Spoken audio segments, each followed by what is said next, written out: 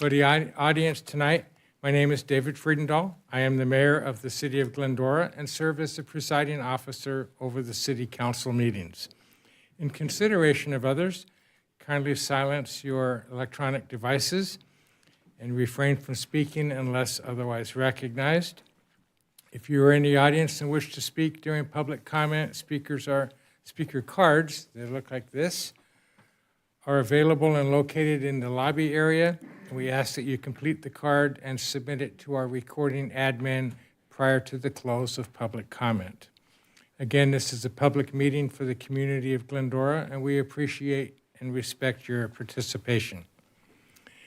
For the record, all members of the City Council are present and prepared to do business. At this point, I'd like to invite for our invocation our wonderful pastor, Dr. Michael Kordich of the First Baptist Church of Glendora, to offer us some kind words. Doctor?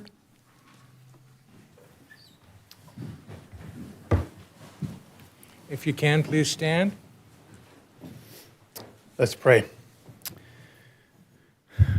Our Heavenly Father, we have gathered here as citizens and council members to do business for our city. Lord, we pray that your presence would be here to give grace, to give wisdom, to give understanding to our council members. We're thankful, Lord, that you provide these things in abundance to these men and women who are making decisions for our community. I thank you, Lord, for those who have gathered here to participate in this time of our city's leadership. We pray, Lord, that you would keep the time civil and that there would be understanding from both sides. Lord, we also at this time want to be praying for our nation, for the needs of this nation, the chaos that is going on. We particularly want to pray for our first responders who do such a great work, our police officers and firefighters, but Lord, also for our Border Patrol agents and ICE agents, Lord, who are doing their lawful duty. We pray that you would protect them at this time.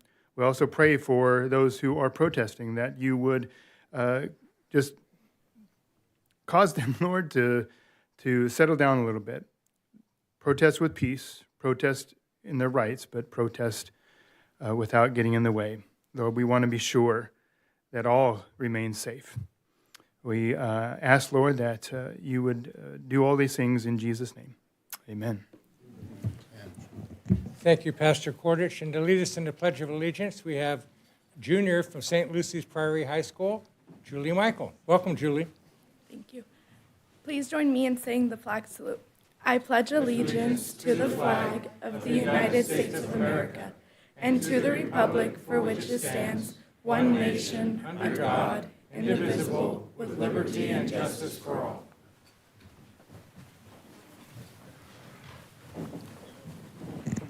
Thank you, Julie and Pastor Kordich.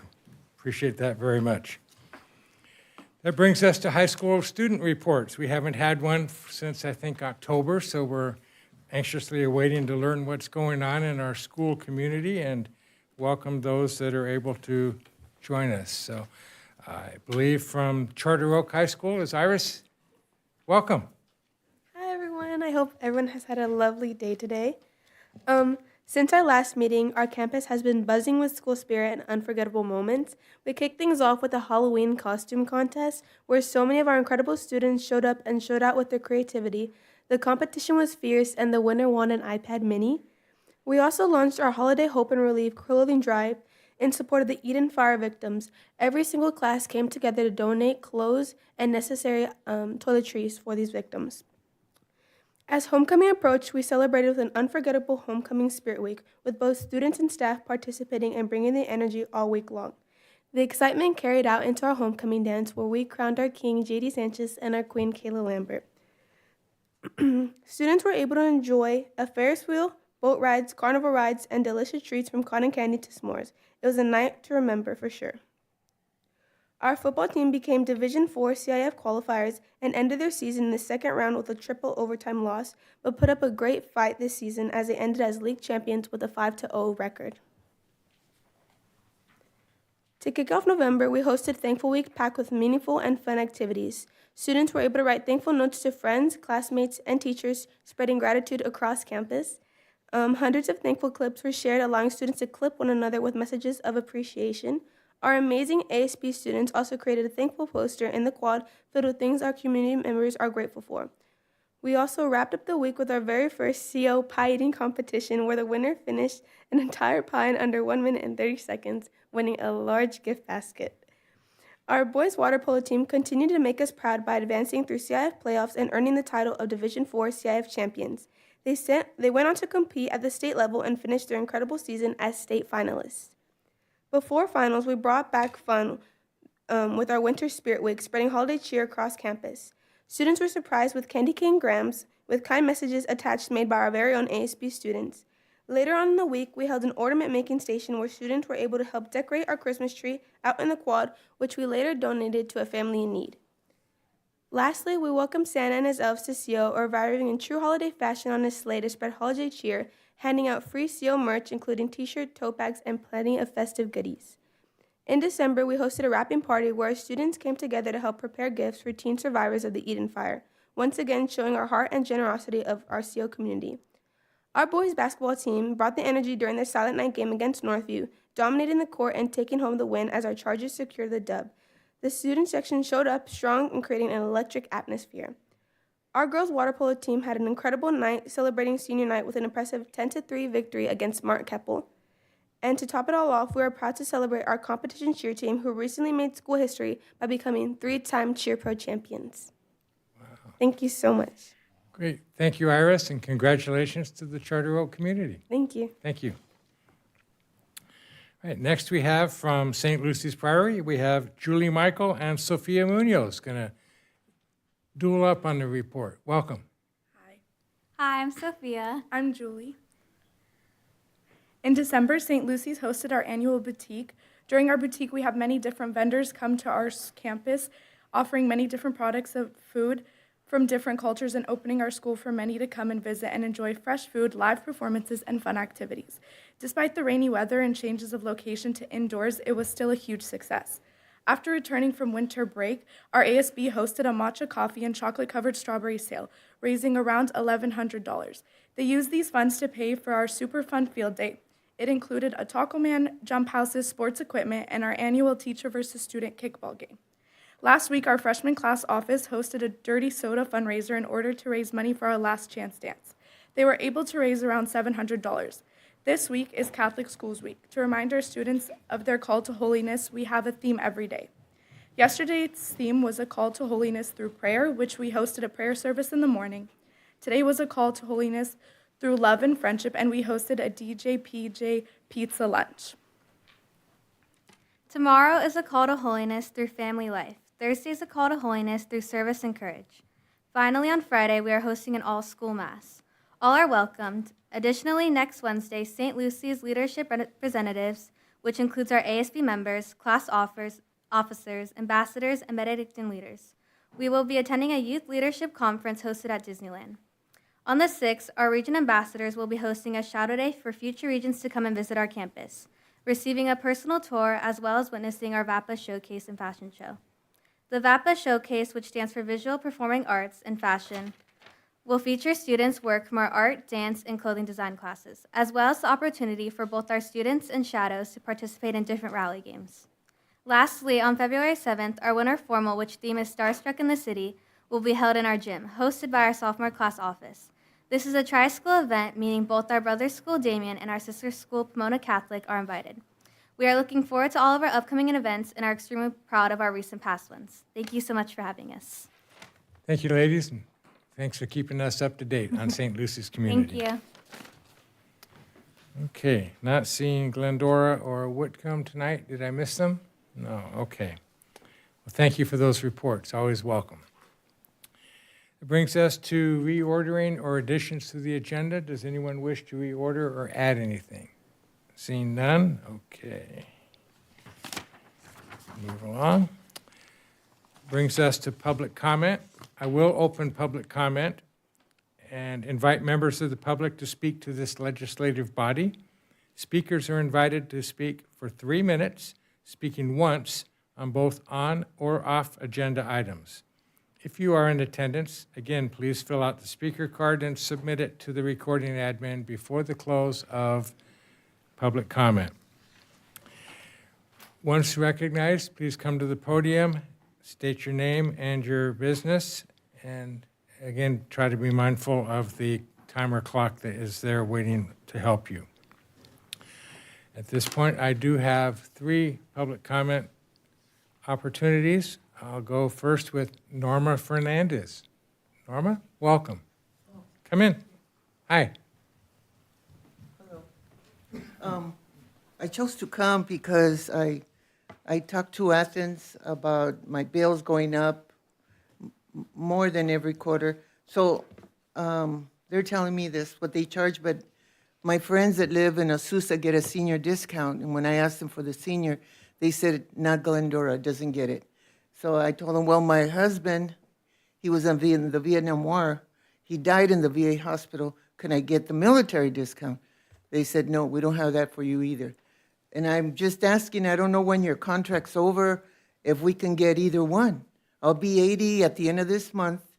My husband, when we moved to Glendora, everything was fine, but he was always a patient of the VA hospital and died there.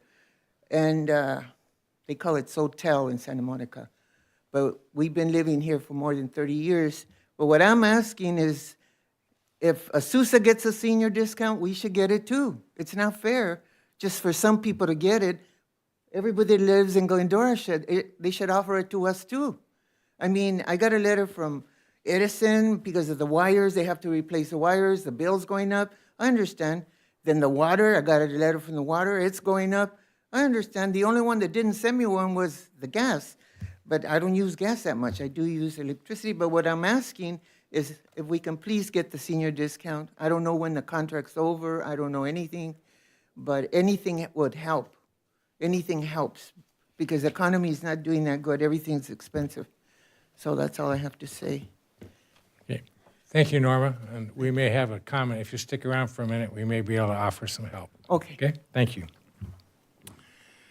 Next up, Mr. Frank Artura. Welcome, Frank.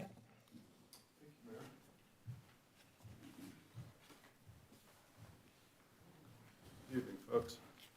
Frank Artura, I'm here to speak tonight on the agenda item 10 regarding restaurant incentives. So Glendora's restaurant challenges have far more to do with the city's lack of daytime population than with whether it offers token incentive capital. You can subsidize openings, but if there aren't enough customers, those restaurants will simply close. That's the definition of setting someone up to fail. From an economic standpoint, Glendora will only sustain the number of restaurants its customer base can support. If there are 1,000 customers and 5 restaurants, each can average 200 customers. Add 5 more restaurants without adding customers, and that cuts sales in half for everyone. Adding restaurants without increasing demand guarantees failure, not success. 25 years ago, when I served as Economic Development Chair, studies showed Glendora exported thousands of jobs per day. Those residents weren't eating lunch or shopping here. They were doing it elsewhere. That loss of daytime population directly hurts local businesses. When our committee created the slogan, "A great place to live, work, and play," the work and play components were goals, not realities. Too many residents left Glendora each day for employment, reducing daytime population and weakening the local economy. Restaurants cannot survive without customers. Handing a restaurant a $150,000 check is a superficial Band-Aid that ignores the underlying problem. If the city wants to use funds effectively, it should invest in marketing and traffic studies to measure what actually works, reassess the daytime business population, set realistic goals, and then work deliberately to achieve them. Creating restaurants without creating customers helps no one. You may gain a new restaurant, but you'll lose an existing one, and the community is no better off. Thank you.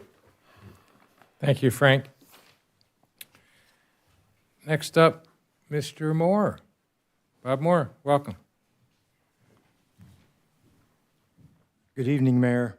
We just witnessed Gary Boyer, ex-mayor, after a 2-year hiatus, come here with his hand out, mooching for money, $350 million to be exact, representing a star chamber handpicked by an invitation-only group of business elites, a dot-com organization for-profit private enterprise, heavily involved in real estate, as well as property development, facilities management, property management, asset management, insurance, and J6, yes, J6, a group of monopolitico right-wing influencers mooching for money, putting the squeeze play on Glendora residents, holding a gun to our heads, saying to pay their tax or have our public commons liquidated. This includes the South Hills, our first responders, teen center, civic center, Lefetra Center, library, parks and recreations, buildings, City Hall, all liquidated to private equity investors and leased back to us, the people. Pay up or else, and it says this on their website. Do nothing is not an option, in big bold letters. This is extortion, a shakedown, and it is a threat to our community and our elected government and to democracy. These are Gary Boyer's handpicked, unelected, unvetted elites. And self-enrichment is certainly a motive that needs to be examined.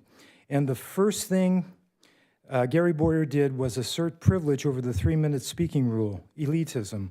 A shadow government making tax policy in secret, coming here like a hostile takeover. Who's running the show? Who's in charge here? An unelected star chamber wanting to build their version of ballrooms in Glendora. Gaudy-looking monoliths blocking out the sun to our Civic Center Plaza, hovering over the city on their website, similar to the Avalon Bay monstrosity edifices on Route 66 that Gary Boyer directly had a role in. We got to this place because of your opaqueness, operating in the shadows, no transparency, no accountability, no traceability. It looked coordinated, contrived, and convenient between Gary Boyer and the city manager's presentation. Where did $350 million go since 1970? Multiple generations of city governments ignoring critical infrastructure needs. Glendora residents are tapped out. An additional $5 million out of our pockets for Measure Z a year ago. Money that we need now to keep up with inflation. And since last April, $11.3 billion out of Californians' pockets that would have been used for our communities here in California, including Glendora, instead going to a private Qatar bank account for tariff taxes. I could keep going, but I only have 3 minutes. The last time I went 3 sentences over the 3-minute rule, my mic was cut off. Thank you and good evening. Thank you, Mr. Moore. Okay, is there anyone else in public that wishes? Yes, please. Welcome. Yes. Thanks. Mr. Hector O'Hara, welcome. Yeah, glad to be here. I'm Hector O'Hara. I'm a resident here in Glendora, and I'm thankful for the time you guys put into being council members. I know there's a lot of work and a lot of time and effort and stuff that goes on. But I do have something that has kind of got me to question or concern about here, Glendora. I do know, I heard that Michael Allos got skipped over for being mayor. And I kind of feel that it's a little unfair and it doesn't represent his district. He doesn't get his chance to represent his district. And I just want to voice that. And I kind of want to hear from the council members of how that happened. I haven't heard like a clear answer about why that was decided on or voted on as well. I think our form of government is not made to be like as efficient, where there's certain people or certain groups just decide for everybody else, but it's a longer process that is meant to be maybe not as efficient, but where people get to all give their voice into input as well. So sometimes it takes a little longer. But I just had that question and just kind of wanted to hear from you guys what the process is on that. But I know each one of you guys put a lot of hours and a lot of hard work in your job, and I respect that fully, and I really appreciate that. But I'm just curious of what the process is for that. All right, thank you. Thank you, Mr. O'Hara. Appreciate it. Thank that. you, David. Okay, anyone else? All right, we did in fact receive a written correspondence item before 5 p.m. this evening, and it has been included in our agenda packet and distributed amongst the body, and it will be included with the minutes when those are posted. I'll ask, Adam, can we address Mrs. Fernandez's question with just a timing or a direction that we might be able to offer? So there is no senior discount in the Athens contract. There hasn't been one. I believe Ms. Fernandez ended up speaking with Rose in the city manager's office about this question. So asked some additional questions on what the city of Azusa offers, and then inquired with Athens about any seniors that they offer throughout. So typically when that happens, any of those costs that are subsidized or paid by the other ratepayers. So I don't know if they would require us to review rates and stuff like that overall. So it is a line of inquiry that we have asked. As far as I can tell, the city, and as long as it's had its contract with Athens, has never had a senior discount. Not to say that's the right answer, but it is the answer so far. So to Ms. Fernandez, happy to continue to ask them for that. But as the city doesn't control the rates set by Athens, it's controlled by a third party. And so they set up that billing structure, but happy to find out as much information. And I believe Rose has your contact information, and happy to follow up with you on that front. Great, thank you. All right, last call. Anybody else asking for public comment? Seeing none, I will close public comment and bring it back to the body for their comments, and begin with Mr. Thompson.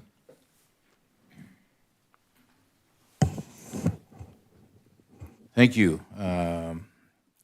Potholes. I know there are a few left, maybe more than a few, but I would encourage you to report those to us. City Hall, you can call. With Public Works, you can call. Adam, you can call him. He'll get out there with an orange vest and throw the asphalt around. We do have a crew that is doing that, and I just want you to know that they can't see everything. There's 20 square miles, so if you see a pothole, call us, and we'll do our very, very best to get out there within that same day, if not soon. Okay, so it's crazy. I guess this week is supposed to be like 80 or 81, and a week ago we were drenched. So that's the kind of winters that we enjoy. I want everybody to know too that our lovely tarp has, anybody seen our tarp like on top of the roof? I see Frank is nodding. No, you haven't seen a tarp up there? Does it come in colors? Well, I have some special friends, I guess, that want to know what is going on with that tarp, and I'm pleased to report that management is getting bids to fix that roof, and I think I was told that there's one more bid yet to be had, and then either depending upon the amount, then management can pick that bid and choose, or it'll come back here, and we'll get to pick that, and then the tarp will be gone.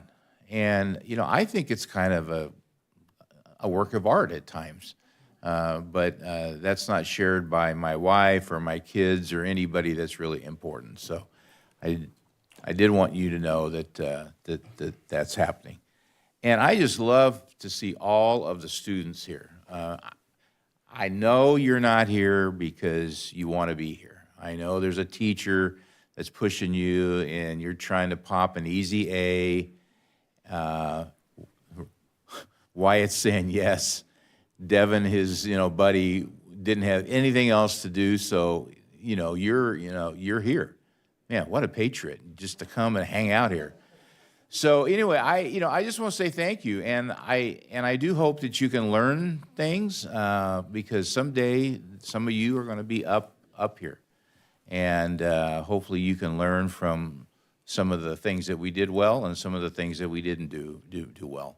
So thanks, thanks for just being here, and if you need to vouch, just take a picture and make sure that your teacher knows that that you're here. All right. Thank you. Thank you, Mr. Thompson. Shauna? Thank you, Mr. Mayor. Just a couple things. You and I had the opportunity last week to participate in the Greater Los Angeles Homeless Count here in Glendora, and that was a lot of fun. I had posted a picture of us online, and it got a little bit of attention. Apparently, there was a misunderstanding. You and I didn't find one homeless person in our section. That wasn't intended. We even drove half of the territory a second Nor time. did I in the section that I. Yeah, it wasn't not that. My comment was not intended to suggest that there are 0 homeless individuals in the city of Glendora. Just to clarify, the entire city was split up into many different sections, and we happened to be in a section that had none. So just to clarify that.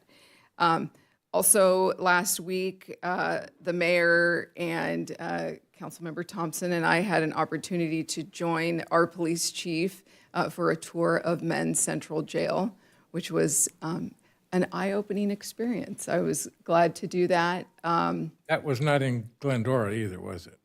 No, that was not in Glendora, thankfully. I was really excited to do that, and now I'm glad I've checked the box. I don't want to do that again. It was interesting, but I'm glad we did it. So thanks, Chief, for indulging us in that. And then I wanted to just take a second to bring an incident to light that happened this weekend, just use it maybe as a learning opportunity. This weekend, I had somebody show up to my home to confront me about some rumors about policy issues that the council has taken. And thankfully, I was not home. And after figuring out who the individual was, I'm not concerned for my safety, but I think it's important to bring this up and maybe just reiterate to people that for the 5 of us up here, and staff as well, but for the 5 of us up here, this is a job for us, and I think it's important that people treat their access to us in a professional manner like you would with anybody else doing their job. I think we're all available. I can just speak for myself. I've always been available for a phone call, an email. I sit down constantly with members of the community over coffee or here at City Hall. I'm available to meet with anybody, but it's not appropriate to show up to my home. I have children. And I think it's important to keep that distinction. So, like I said, happy to meet with anybody, chat with anybody, but if you could just either call the city, email me, something, we'll set it up that way. That's it for me. Thank you. Thank you very much. Mr. Alamos. Thank you, David. I'm requesting to close our meeting this evening in the memory of Mrs. Sylvia Slakey, who passed away last Friday at 3 o'clock in the afternoon, surrounded by her friends and family. Sylvia was a library trustee for more than 9 years and very involved in the library, organizing poetry sessions and opera talks, as well as tutoring preschool children. Sylvia was also a dedicated volunteer for IDOS. She will be missed. Last Thursday, I had traveled up to Sacramento for the day for the League of California Cities for my transparency committee that we had, and as I have to say, it was drinking water from a fire hose. There was so much information. They're in their second cycle right now at the legislature, and they have so many different things that are going on. And just kind of briefly, it's the committee that I'm on is the Governance, Transparency, and Labor Relations. But then we also had a general meeting where they gave us all kinds of information about what's going on. Just briefly on the governor's budget, it's $348.9 billion, and he says it's a balanced budget. $23 billion in reserves, $2.9 billion in deficit, and $20 billion deficit in the out years is what he is targeting. The largest state expenditures are healthcare at 29%, K through 12 at 25.9%. The LAO has openly pushed back and disputed all these numbers and saying that the governor is overinflating the income by about $40 billion and is estimated about an $18 billion deficit this cycle coming up. In the out years, about $35 billion each year in the outlining years. The top three income categories is your and ours income tax at 45.5% of their budget, followed by sales tax at 15.8%, corporate tax at 13.5%. And what's going to be on deck for this cycle coming up is new property tax exemptions, big question mark, who gets them? Property transfer tax reform, that was a big issue some time back. Transition and use reform, reforming the Wayfair. The Wayfair law was basically when you bought something out of state, who got the tax. They reformed that and went to the cities. Now they're trying to do that internally with the state. So when you buy something online, right now it goes to where the distribution center is where it gets shipped from, and they want to change that to cities. So the cities get that income. And right now it's about 3 out of 4 cities, 4 out of the 3 to 1 want this tax to happen. Obviously, the cities who have these warehouses, they don't obviously want, they don't want to lose the tax, but that could be a big income for the city of Glendora. Tort reform, and this is an interesting one, not knowing where it's going to go, is the Bradley Burns sales tax. They're talking about increasing it by 1%. So that'd be a 1% increase in sales tax across the board if it matures in that direction. They've slated $500 million for housing and homeless assistance. It's HAP, but it's depending on accounting metrics because they've been getting beat up for they can't find like $20 billion plus dollars. And so now the legislature put in there that they have to have accounting for this. There was legislation in the past that passed 100% in the House, and the governor had vetoed it in the past. And I don't know why they didn't try to do it again, override the veto, but that's the situation. The Brown Act reform is coming again. They have some legislation that they're working on, and it's going to be actually more restrictive than it is right now. They're talking about having, instead of online translators, in-person translators, which could get very, very costly to cities. ChatGPT, that is now apparently discoverable. So if staff uses ChatGPT, it can be discoverable. It's not a working document. And this is what was being said to us by their attorneys, and actually from all the different cities that were there, were verifying that this has been the case. SB 79 has 2 bills. That was the bill that we just had for around transit. SB 677, it's amended on the 21st of this month, and SB 722 is also amended this month on the 15th. And one of them, the SB 722, actually carves out mobile home parks from SB 79. They're not effective.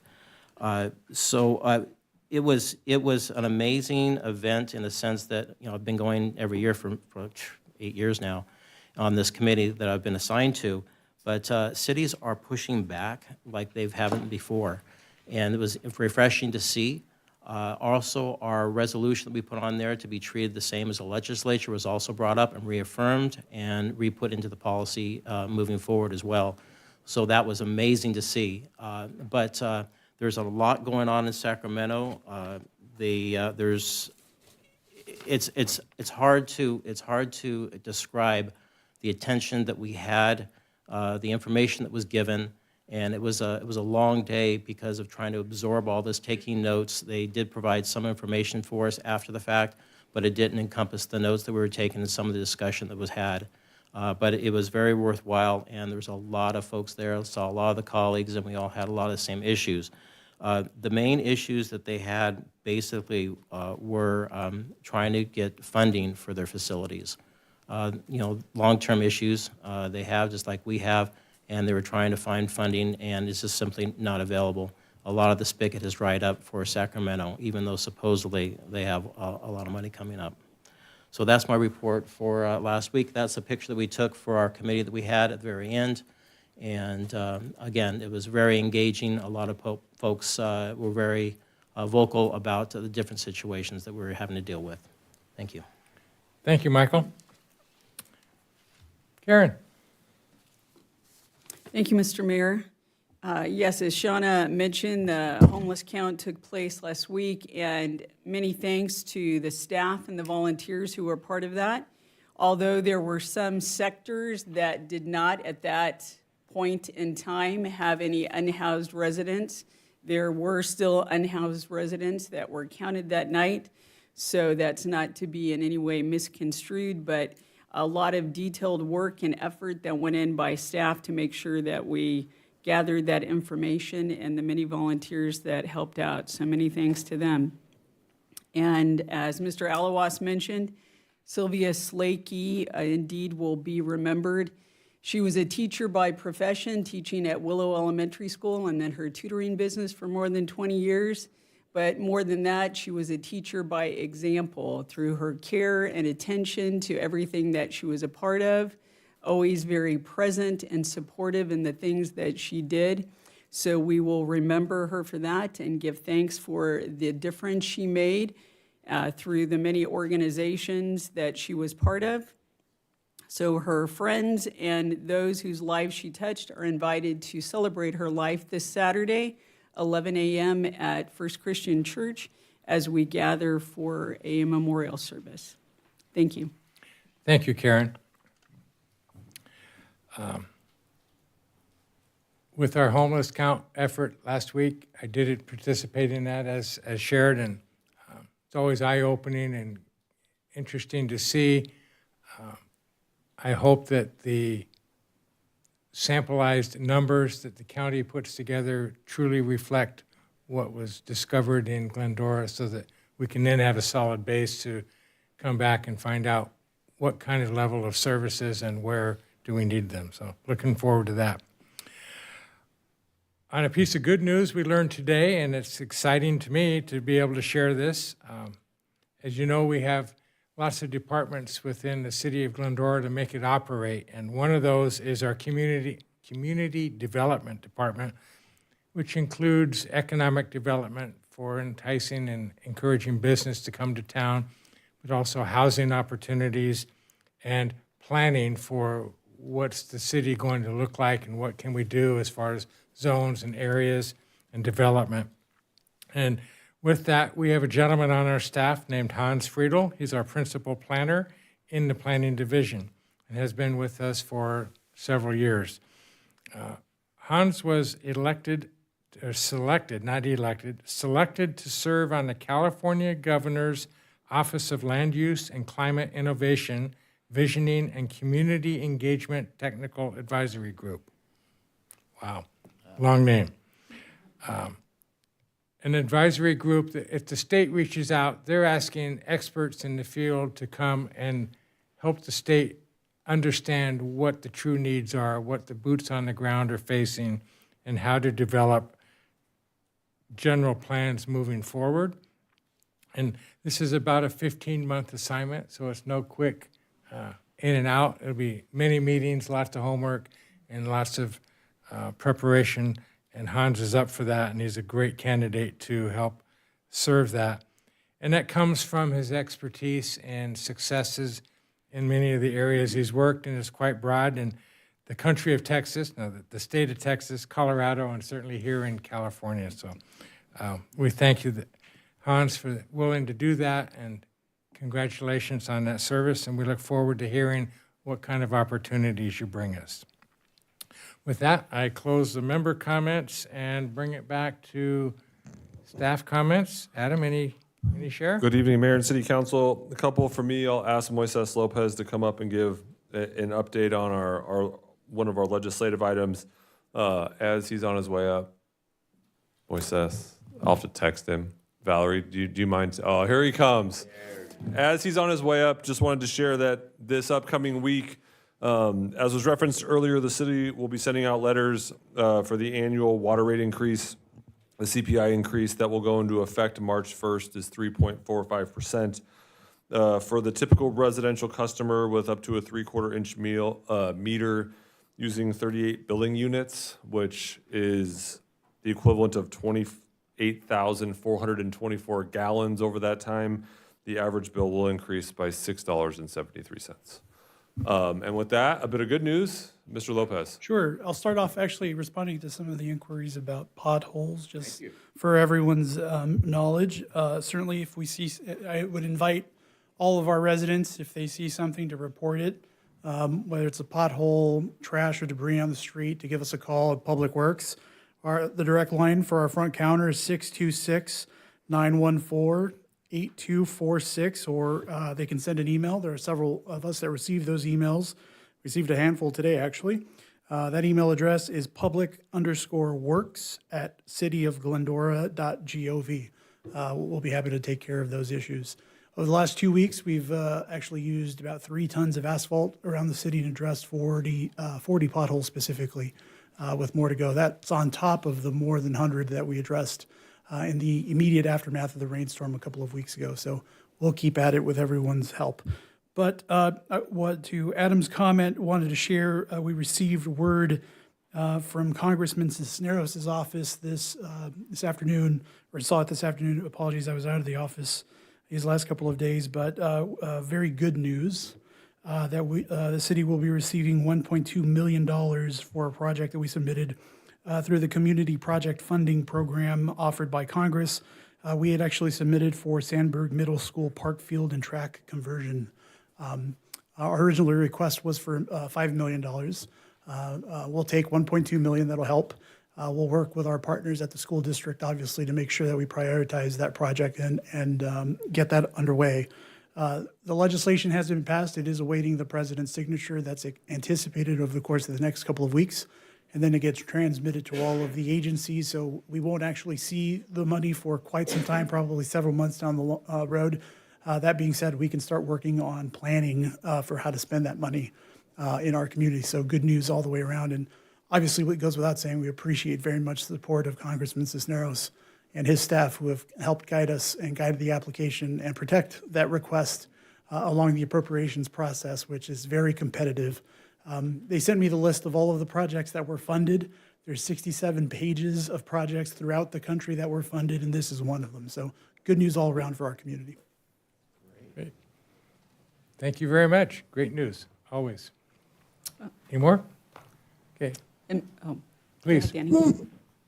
Oh, no.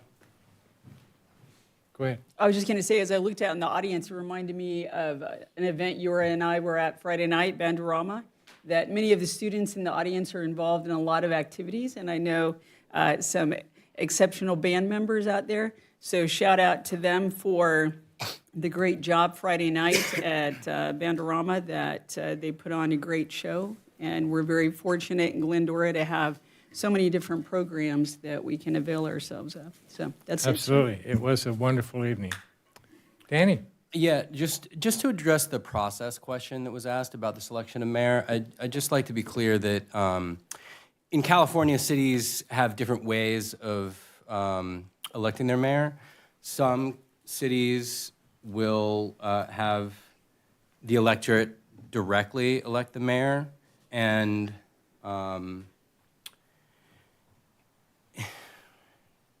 in many cities that are similar to City of Glendora in the surrounding area that are similarly sized, the mayor is selected by a majority vote of the rest of the city council every year in December, and that's pursuant to the City of Glendora's policies and procedures. And so it's not technically correct that Councilmember Alawas was skipped over this year. Every year, the mayor needs to be elected by the majority of the rest of the council. And that's a typical process that cities follow. Okay. Thank you, Mr. Elshire. Very good. Any other comments? Okay. Closing those attorney statements and member statements, I'll bring that to our consent calendar. Items number 3 through 7.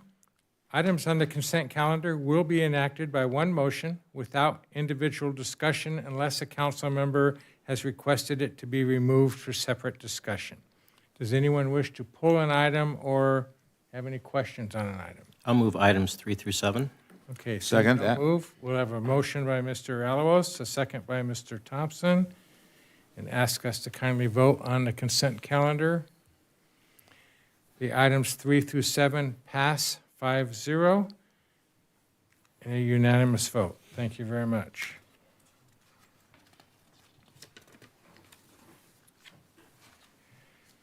Brings us to item 8 under unfinished business.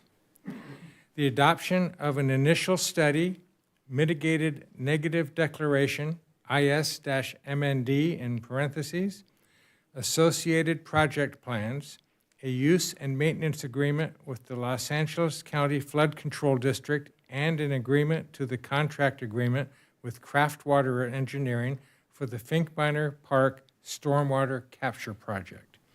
And reporting tonight, and welcome, Management Analyst Stephanie Ryan. Hi, Stephanie. Mr. Mayor, out of an abundance of caution and due to a perceived potential conflict of interest, I need to recuse myself from this item. So I will be stepping out of chambers and will join you back for item 9. Okay, thank you very much. Stephanie, welcome. Good evening, Mayor and members of the City Council. Tonight, we're discussing the Finkbeiner Park Stormwater Capture Project. The actions before you will allow the city to complete the CEQA process, approve the project design, move forward with regulatory permitting for this regional project funded by the Safe Clean Water Program.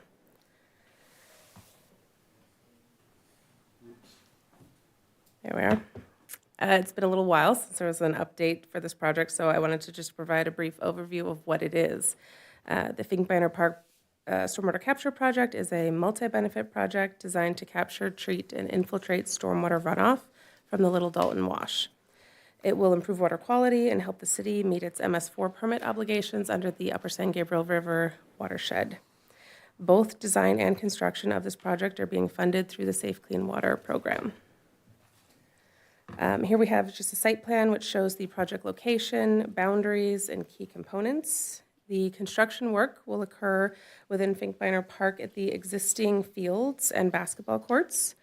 During construction, there will be impacts to those areas and likely surrounding neighborhoods. Staff will work on outreach, continuing the outreach to re-engage the community, to let them know about the project's environmental benefits, as well as the improvements to the recreational areas. This project is Safe Clean Water Program funds that are coming back directly to our community. Some of the main elements include diverting stormwater from the Little Dalton Wash underground beneath the fields, treating it on site, and then the water will infiltrate into the ground or it will be returned to the wash. Once the construction of the underground work is complete, there will be surface improvements to Finkbeiner Park, such as permeable pavement in the alleyway north of the park, native landscaping, and upgraded recreational facilities to the fields will have new natural grass turf and new basketball courts. Designed by Craftwater Engineering is at 90% and nearly complete. Over the past several years, the project has gone through feasibility studies, peer review, utility coordination, and with tonight's actions, the project will be ready to move into the permitting phase. In accordance with CEQA, an initial study and mitigated negative declaration, or ISMND, were prepared and circulated for public review from March 14th to April 15th, 2024. The initial study identified potential impacts related to biological resources, cultural resources, and tribal cultural resources. However, all impacts are mitigated to less than significant through implementation of the Mitigation Monitoring and Reporting Program. No public or agency comments were received during the public review period, and the minor design changes since circulation do not result in new environmental impacts. As for next steps, tonight we are requesting that the City Council adopt the ISMND and the Mitigation Monitoring and Reporting Program. This satisfies the CEQA requirements and allows us to move forward for permitting. With approval tonight, staff will file the notice of determination with LA County, which begins the 30-day statute of limitations on any legal challenges under CEQA and allows permitting agencies to rely on the completed environmental review. Additionally, we're requesting approval to execute a use and maintenance agreement with the Los Angeles County Flood Control District as the project connects to county property, as well as an amendment to the contract with Craftwater for their continued support through the permitting process.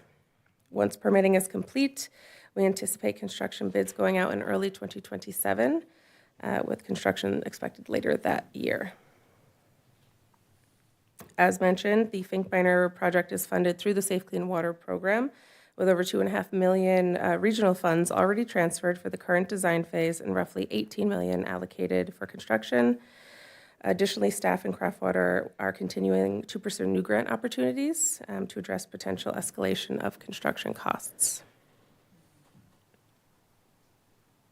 And so, staff recommends that the City Council adopt the initial study, mitigated negative declaration, and mitigation monitoring and reporting program, approve the project plans, authorize the city manager to execute the agreement with the LA County Flood Control District, approve the contract amendment with Craftwater Engineering, and authorize the city manager to execute the amendment.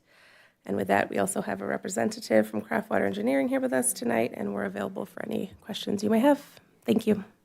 Okay, thank you, Stephanie, appreciate that. Michael, questions? Thank you, Stephanie, for your report. How long will it take to process the neg deck? The actual notice of determination is being filed tomorrow. From there, I know once that's the first step, and then permitting, I've been told can take anywhere from 12 to 14 months. For them to approve the neg deck? For the actual neg deck to be approved, I'm not sure how long that process can normally take. Courtney, do you?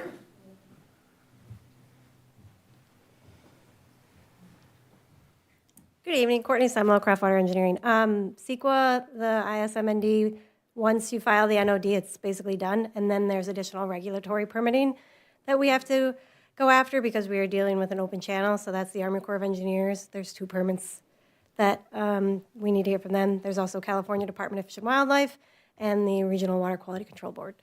So those are the additional permits. How long do they have to either approve? Is it automatic approval after so many days or months? No, it's a whole separate application process. Understand, but how long do they have to respond to accept the neg deck? They don't accept it. They've already approved it. They get sent during the public review period. The regulatory agencies get asked to review and make comments, and they did not. There were no comments received. So what they're going to be looking at is the actual construction in the channel. That's really what they care about. Okay, but not the environmental side. They already looked at it in terms of what that would do for things that they. So it's been accepted then? Yes. Not accepted. I don't know the terminology. I'm a design engineer, but as far as what CEQA has to do with the regulatory. Here comes the Calvary. Well, so it's the city that signs off on Correct. the CEQA. But it can be challenged, though. I believe it's a 30-day challenge after the notice of determination is filed. And so the notice of determination will be filed in the next couple days. And so then there's a public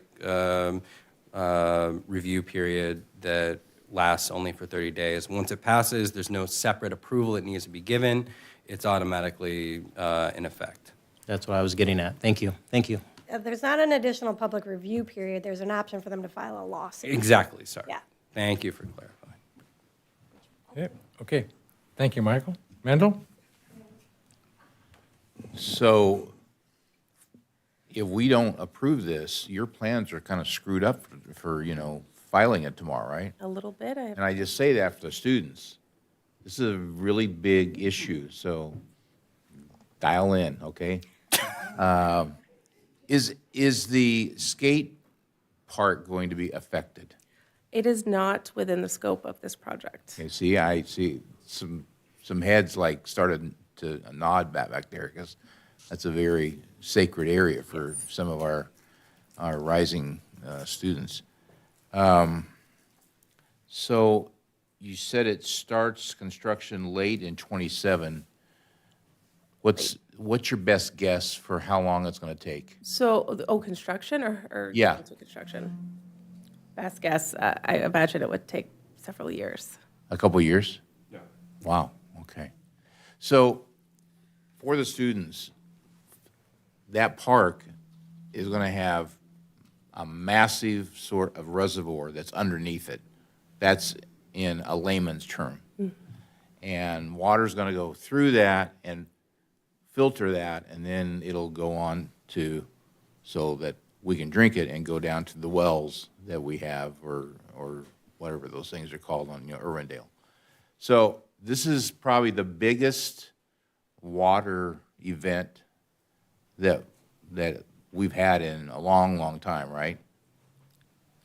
That I'm aware of, yes. And Yeah, it'll be one of the largest capital projects that the city's ever So- had. That's correct.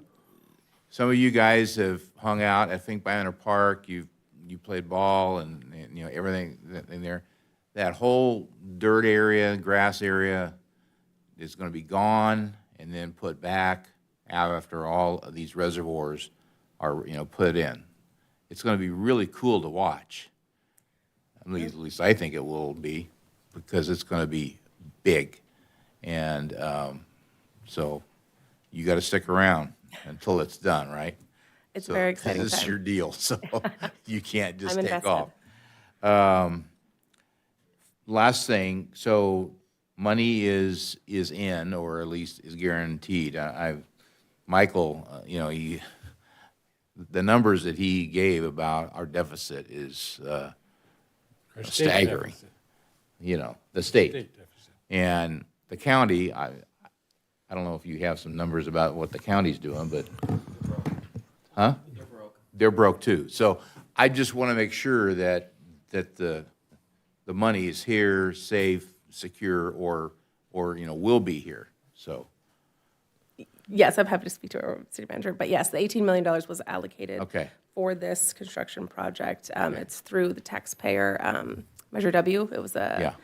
so it's tax funded by taxpayers, and that's the money that is now coming. This is regional programming funds as well. So every year we receive municipal funds, usually around a little under $1 million. We talked about that for the stormwater master plan. But this is regional, so the entire region, this is money that we're getting back from all of the taxpayers throughout LA County for a project right here in Glendora. Great. Well, we have been talking about this for many years. I've been up here for 10 years, and I know Karen and I were here when other council people and the MS4, and oh my gosh, so it's so good to be able to say, hey, we're making strides here. So thank you. Thank you, Mendel. Karen? Yeah, for the people who have always asked for Glendora to have a water feature, here you go. Big time. No, as Mendel said, we've been talking about this for years, and so to see us inching this much closer is exciting, and this will definitely be a great asset for us as well as surrounding areas regionally to have this water capture. So that's awesome. Thank you. Thank you, Karen. I have a couple of questions. You mentioned that the diversion from the storm drain will go into the collection tank and be filtered, cleaned, and could possibly percolate back into the groundwater table? Is that? Yes. That's a good answer, thank you. And if it exceeds capacity, it would then be reintroduced back into that same sourcing storm drain wash, to go yes. down the river to the next community who's maybe going to do it again? There are several of these types of projects Right. that are, yes, being Okay. funded currently. In that percolation process, if I understand right, we do not have an opportunity to draw on this for irrigation? That's a very technical question that we would have to get back to you on Okay, that. that's fair. I had been told no earlier, but if that's an opportunity, that'd be, I think it's no, but okay. Well, it should help the overall water table. Well, yeah, but if the percolation into the groundwater table is great, that's a good solution, so I appreciate that. Earlier in the plan, the original plan that I saw was to replace the grass with artificial turf, and I saw in this report that has changed back to grass? It has. Why? So that change was actually from the Safe Clean Water Program. In essence, they would not have approved the project and given us $18 million if we had kept it as artificial turf. Artificial turf releases microplastics over time, and it just wasn't part of the sustainable element of the design of the project. So if we didn't switch it back to natural grass turf, they would not have approved funding for this project. Yeah, it was actually something we brought forward to the council when we approved the original funding back then. And I think the request of the council was to take one more swing at that, so to speak, to see if we can make that work. And it's a no-go, so. I'm just curious how it might percolate microplastics into a sealed container, but okay, that's me. Fair. Another item is the alleyway, is the current alley that's so-so right now in condition, but it gets a lot of traffic, and it's being converted to a permeable component Walkway. as opposed to asphalt, so it's, and I know it's block, but that also gets trash trucks and heavy equipment through there and a lot of traffic. I've not seen too much permeable product that stands up for that over time, so I hope that's not the case. I'm sure as we get our final design, we'll see that. I believe it might become a walkway from the design. Well, but aren't there driveways and garages adjacent to that on the north side? Can you put up the map again? I just want to make sure we're talking about the same place. Okay. So the alley above the, Yeah, up above. I remember an It alley is- that if it goes is the from driveway, I'm Minnesota sure the over to permeable pavement. Wabash. Pardon? Perhaps our design. Shame on Annie. Okay, that's fine. Will it I like, withstand car we can blame traffic? Annie. I like There that you very go. much. That's good. Will the permeable pavement in the alleyway above the park, will it withstand traffic, driving? Yeah, it's traffic rated.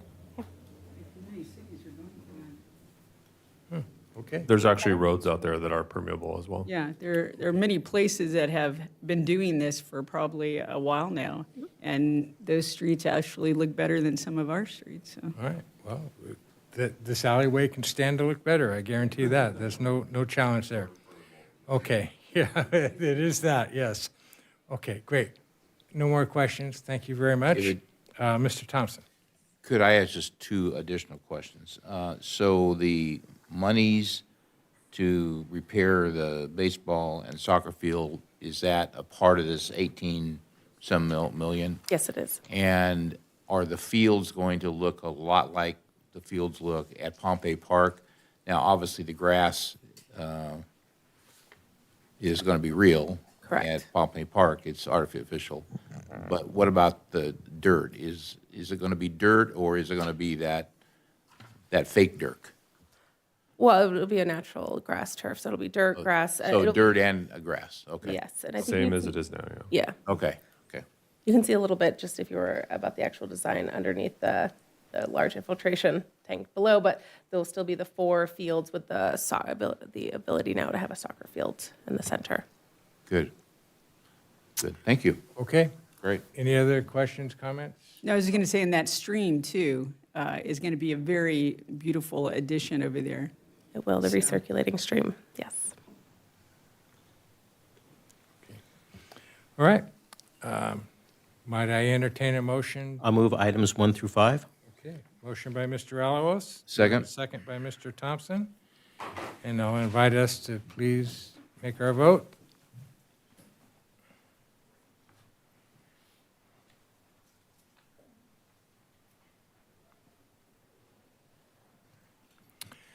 Item passes 4-0 with 1 recused by Mr.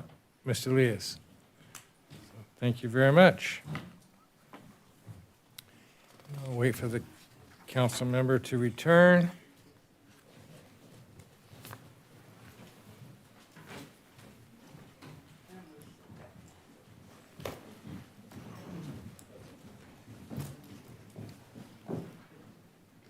Okay, we want to see good reports on those class notes, so thank you.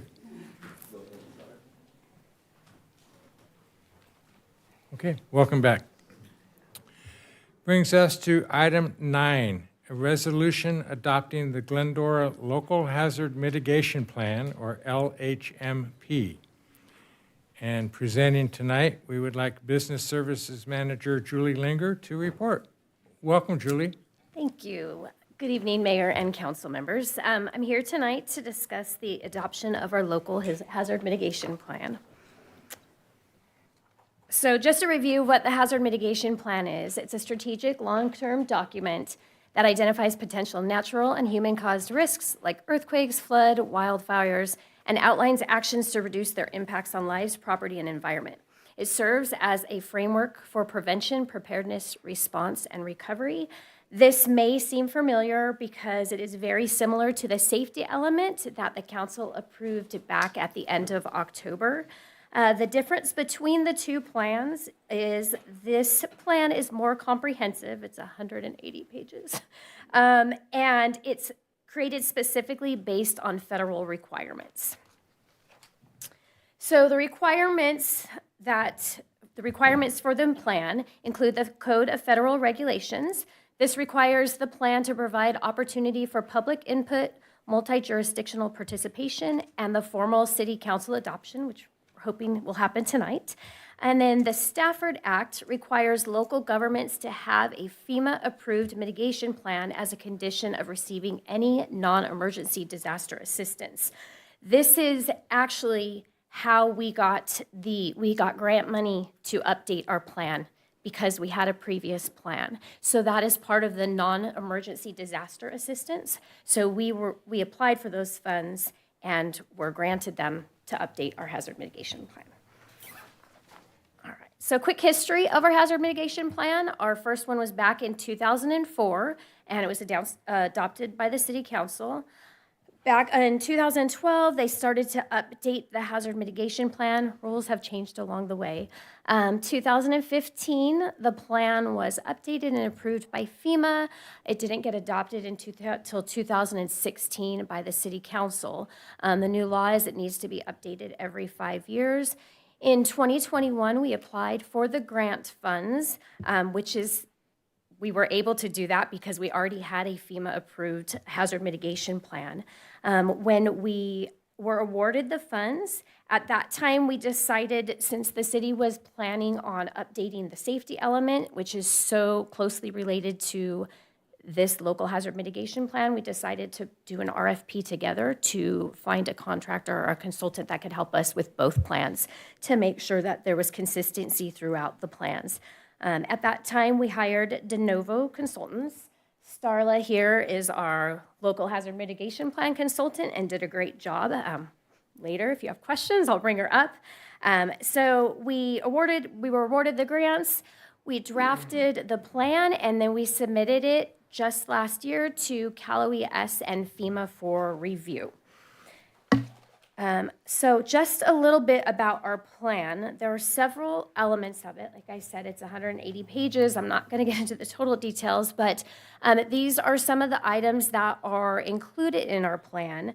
The major difference with this update is FEMA changed their requirements in 2017, and they wanted more public outreach. They wanted us to really diversify who we contact to get that outreach. So instead of just maybe putting a survey out to everyone, they really wanted directed contact. They wanted us meeting with the youth, with the elderly, with the lower income population. We even met with homeless. So they wanted us to get a very diverse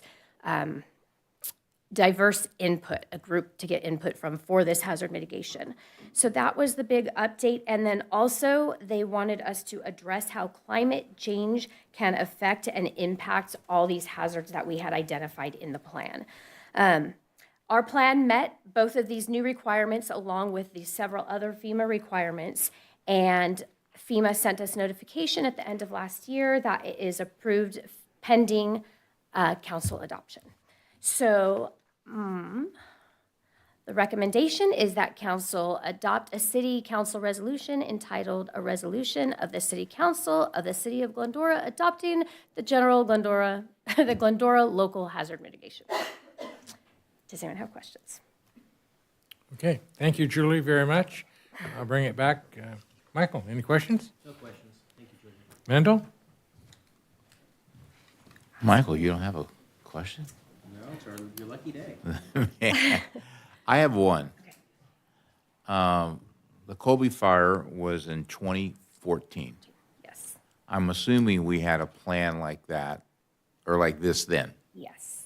So has there been, and I'm sure knowing you, you've gone back, but my question is, so what have we learned from that plan and that event that, and you don't need to tell us all of the 80 things that you learned.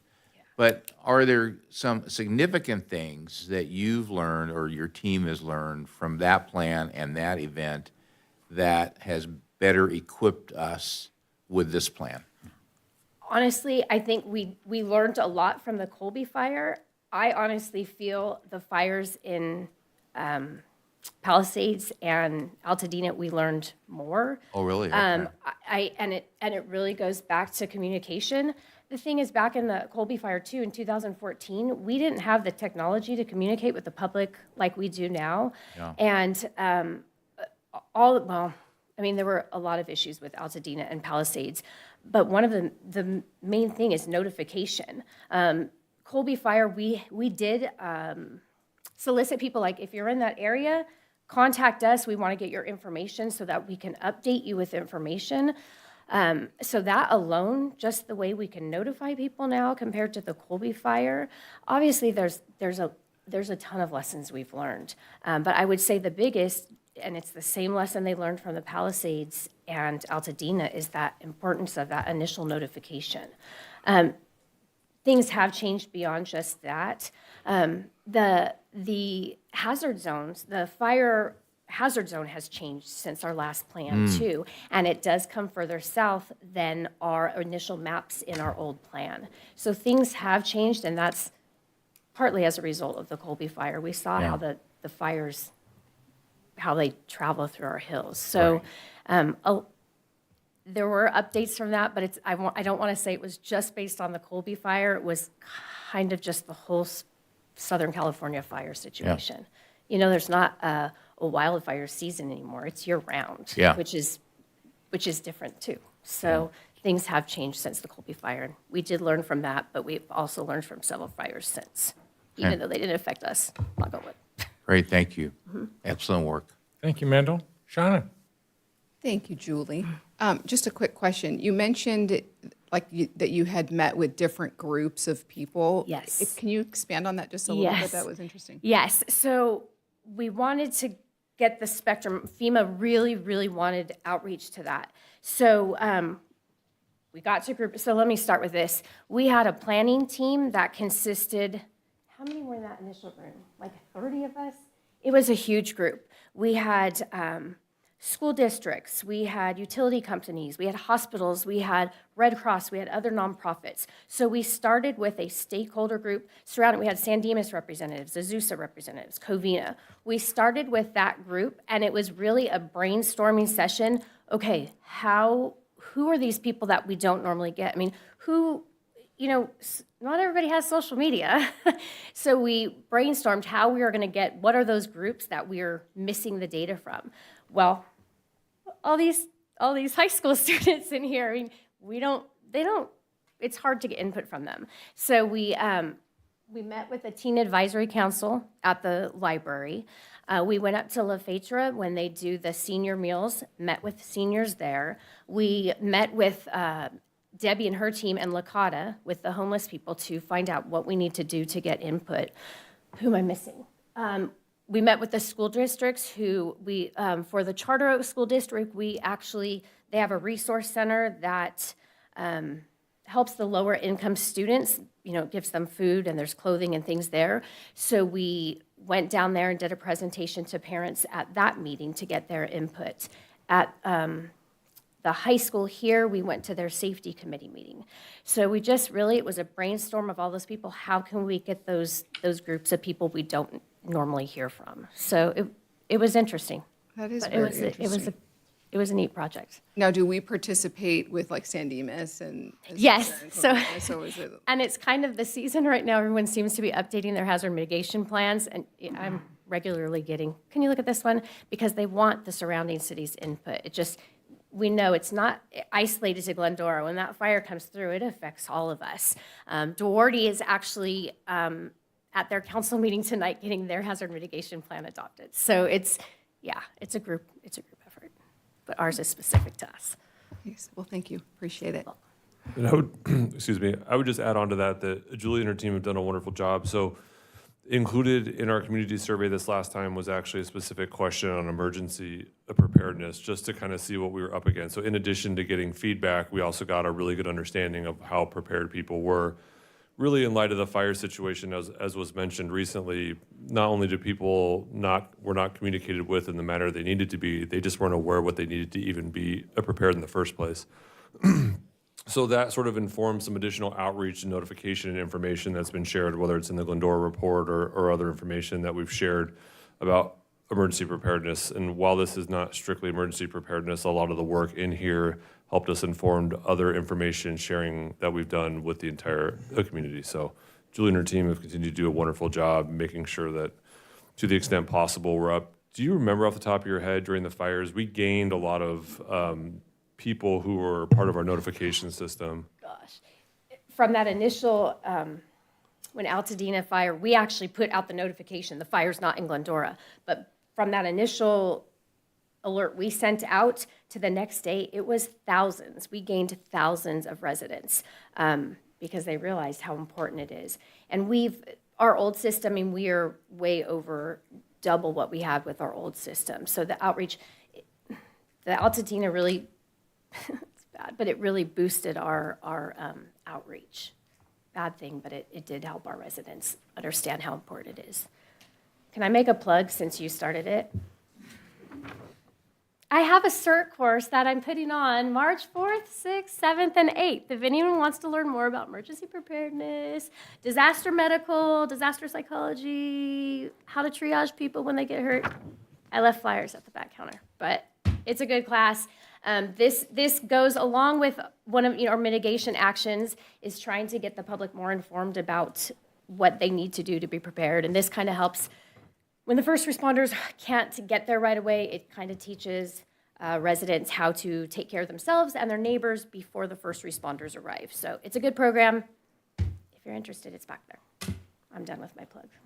Is there any questions on this? Sorry. Thank you. Karen? Thank you, Julie, for all your hard work. And I know you really did spread your net wide. I know you reached out to the faith community and also continued to gather other input and make those connections. So I'll ask you to make another infomercial. Okay. If there's someone out there watching right now who has not signed up to be notified, how can they sign up so that they can get your fabulous alerts? Thank you. They just need to text Glendora to the number 67283.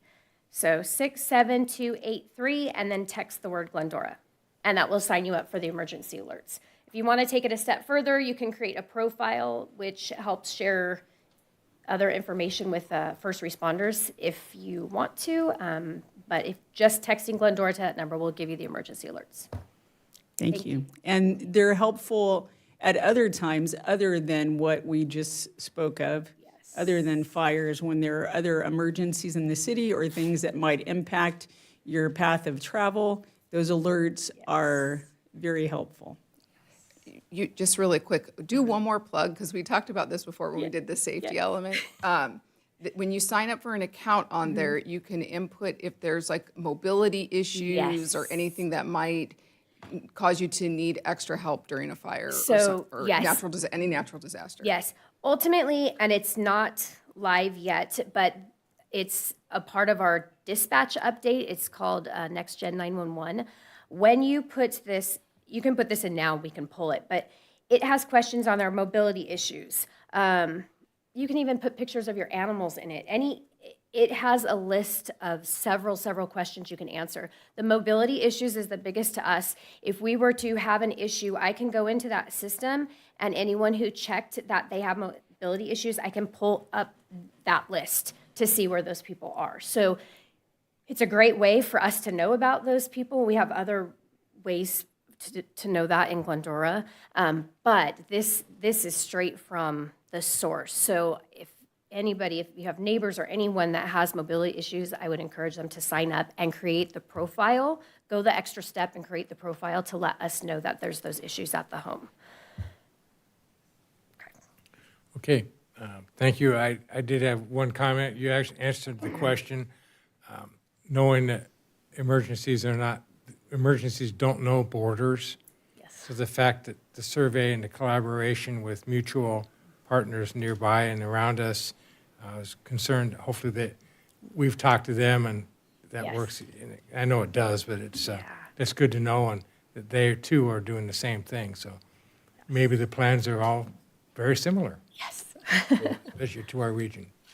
Julie, have you had any discussion with Southern California Edison about the orphaned energized poles?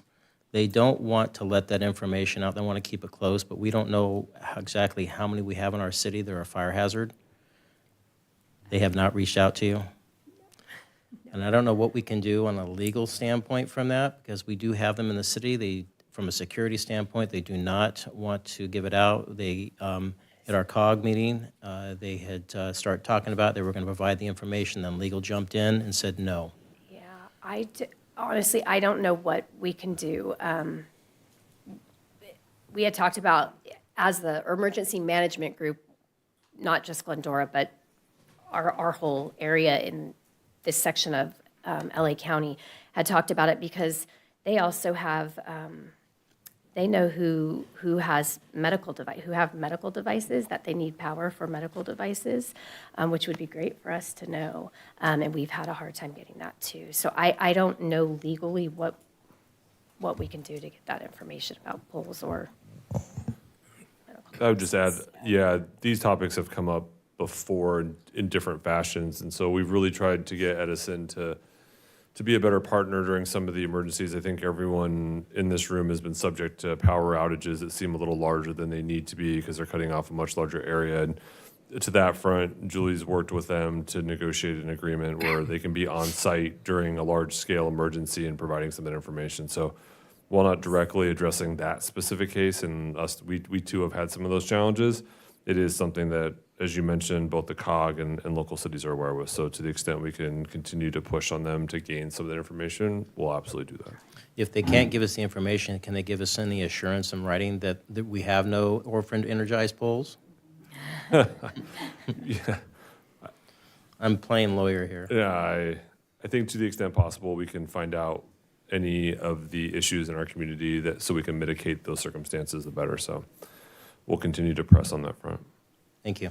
Well, I just want to support that. I mean, could Danny write a letter and ask their risk person that? I mean, We can ask, but to my knowledge, I can look at this further. There's no requirement that they would be compelled to respond or address the issue. And it's not just Glendora that's trying to get that information Yeah, either. This is consistent through all these foothill communities. So, yeah, I don't know. well, I mean, you don't get until you ask. So I'm just thinking if. There's been lots of asking. Yes. Well, I know, but they're running wild with excuses with all these fires, and they would be better served to just come clean and say, yeah, we have 16 poles here, and this is where they are, and instead of waiting for 6 of them to blow up, and then we're suing them, and 10 other people are suing them. I mean, they're just. SCE has never been the top of my list to get a Christmas card from, and they won't be now. But I agree. I mean, I think that's a reasonable thing to ask.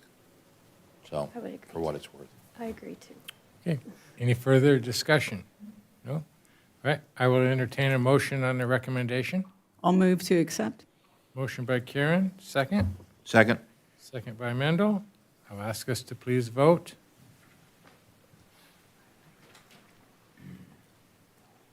Congratulations, Julia. The motion carries unanimous 5-0. Thank you so Passes. much. Thank you very much for your hard work. All right, on to new business. We'll let the gentleman leave. Good night.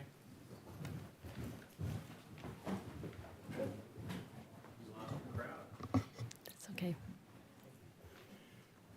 All right, great. New business under Economic Action Plan to consider the adoption of a restaurant incentive program and inviting Economic Development and Housing Manager Tiffany Chu to present. So welcome, Tiffany. Thank you. Good evening, Mayor and City Council. Tonight, I will be presenting the proposed restaurant incentive program under the Economic Action Plan. Economic development is a key priority for the city in the 2025-27 strategic plan under two goals: suburban living and Glendora as a destination. To support these goals, City Council adopted the current Economic Action Plan in August 2024 and approved Phase 1 programming in March 2025. What you are seeing tonight is a continuation of that work. As a reminder, Phase 1 of the action plan focused on supporting businesses and encouraging people to shop local. Key efforts included small business workshops, a shop local rewards program, lighting at the Village Bus Plaza, and business attractions initiatives. These efforts supported economic growth and set the stage for the second phase. Phase 2 takes a more focused approach with attracting specific businesses, developing monetary incentives, and continuing to provide business resources.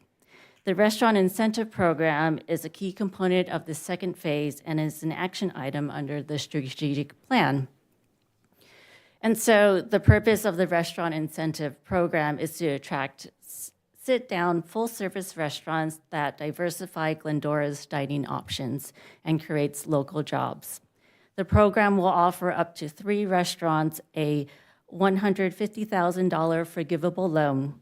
Eligible uses of the funds include working capital and furniture, fixtures, and equipment. The program prioritizes locations in the Village and Glendora Marketplace. The loan will be forgiven if the restaurant demonstrates a continued success once open. The application and selection process are designed to be fair and transparent.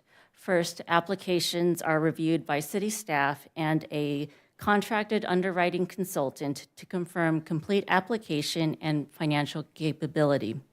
Next, a review committee consisting of city staff and the Chamber of Commerce evaluates and scores the application.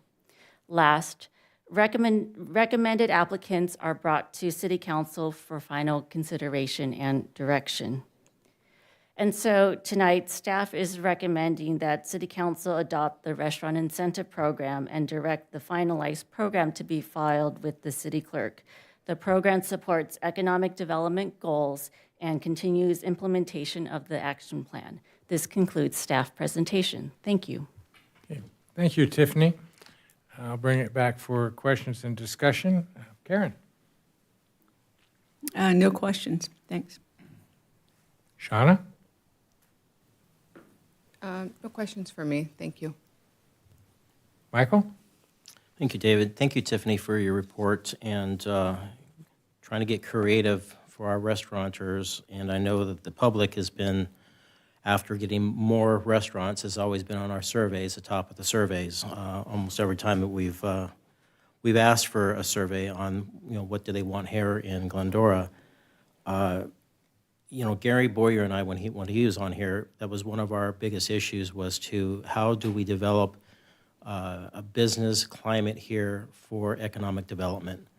And we've all been trying different things, but I can't support this tonight because I don't think that we could pick and choose which businesses are going to survive. So this is going to be for new businesses or new restaurants coming in. We already have businesses here that we have 2 that's failed or going out, and we have others that are on the edge that I know personally. We also have a business here in town that is being courted by other cities because they simply just don't have the traffic here. We have, in my opinion, is that we have been pushing forward with residential, a lot of it because of the state, but it's to the detriment of our businesses and the foot traffic. We don't have the daytime traffic, as was mentioned earlier, and I'm a broken record with that as well. We need to have the daytime traffic to take care of the restaurants for the lunch crowd, which we don't have. You know, just breakfast alone is a little challenging. So I'm not so sure. So is there a timeline for the forgivableness of the loan? Is this miss the matrix if they hit the goals, or is there a time certain that if they don't hit the goals by it, it's not forgivable? Staff is recommending that the applicant, if approved by City Council, go through a process where we're making sure that they're submitting reports and financials to show proof that they are churning a profit. In terms of when we identify if it's forgiven, we're thinking after 3 years, because a typical small business, if they last longer than 2 years, then they're more likely to survive. 90% failure rate the first year. So I would like to see to redirect some of these funds into actual business development. You know, around town here, there are businesses that I'm completely unaware of, and I travel and I look and this, that, and the other. There was one over the week, on Monday, it was a little birthday party there for my granddaughter over here at the Halbertsons, and I had no idea that they had this little play area inside there, didn't even know it existed. In years past, some of the nonprofits in town did like a cartoon of the city, and they highlighted different businesses and things of that nature, and I thought that was really great, and they had a little index on the side. And things of that nature were creative, but also trying to find businesses to move in here for like daytime professional offices and things. We have over at Financial Way, we had Cal Portland over there, cement, that building's been vacant for quite some time, probably support 300-400 employees there, but it's still empty. Is there any, what are we doing out there to attract businesses to the city that can help with the foot traffic, as it were? So part of phase 1 includes providing resources to existing businesses. We have partnered with the Small Business Development Center to provide workshops. We are partnering with the Chamber to provide events that help businesses understand the growth and the challenges of today's environment.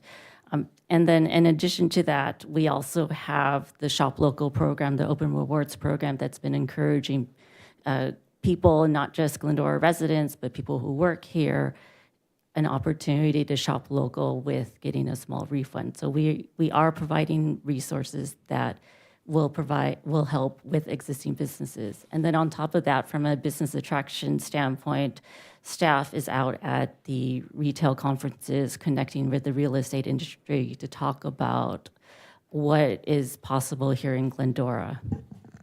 Yeah, and I would just add, I mean, as you know, specifically in working with a couple of business owners in town and our city's broker on trying to bring in additional restaurants and pretty active. And so I think you probably, more than anyone on the council, have firsthand experience on kind of what that looks like and the effort and the tremendous effort that staff is undertaking to bring those businesses. I think the commentary on additional daytime traffic and really evening traffic as well are both true.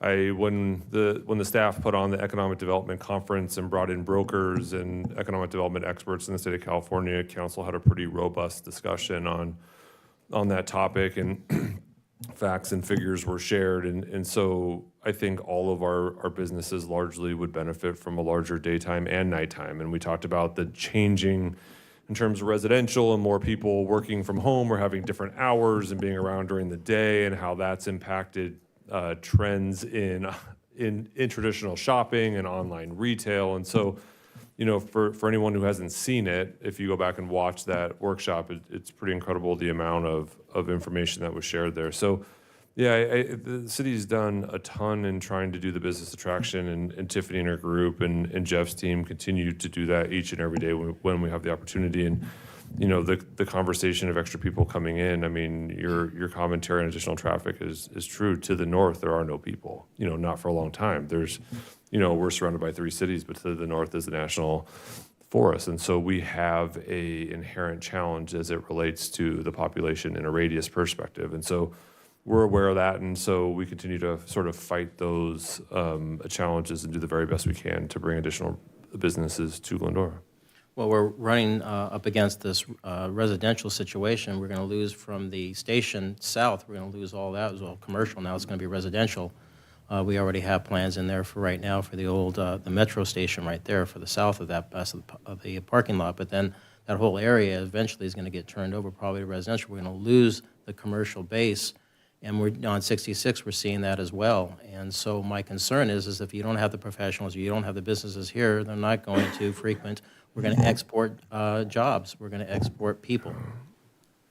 Glendora has been a residential suburban community for a long time. We have underperforming shopping centers, whether it is the former Tuesday Morning or where the former Sports Chalet was, and you know, because you've worked with staff in both of those areas with business owners, how hard we're working. So there's lots of underperforming retail, and in this strategic plan and previous ones, the council has asked staff to address those. And you are right. The number one thing we get, you know, in our community survey is, hey, we have some capital needs, public safety, followed by I don't know and I want better places to dine and shop. It's, Agreed. you know, kind of all over the place. And so I think the strategic plan that the city council approved, while it included this dining program, included other programs, as Tiffany mentioned, that benefited to the community. So definitely a difficult policy decision all the way around on the best path to move forward. So appreciate all the input by the city council. Thank you for that. Just one last little follow-up. And, you know, I know you guys are out and about. You're everywhere. You talk to everybody, and I appreciate that. But you're always with the chamber and the chamber events, and that's it's amazing. The chamber, with Joe and his leadership and everything, and what has been going on with the bid and citywide, have you folks been able to come up with any strategy? Because I know that Joe has been also trying to work on this issue as well.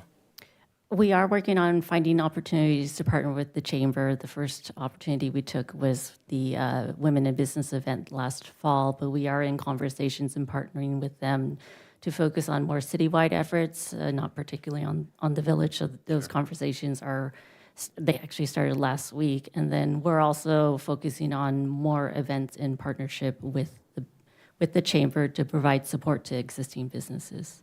Okay, great. Thank you very much. Thank you, Michael. Mendel? I have probably 6 or 8 questions. What are the terms of this loan? So I know it's, if they're doing good, we're going to say thank you and wipe the slate clean. What if they aren't doing good? So what are the terms? So the terms for this. I mean, is it a 7-year loan, and what's the interest rate, and are there penalties if they don't pay? Well, no, I mean, I want to know. No, the banker and you coming out. Yeah, that is the banker, and so, what are the terms?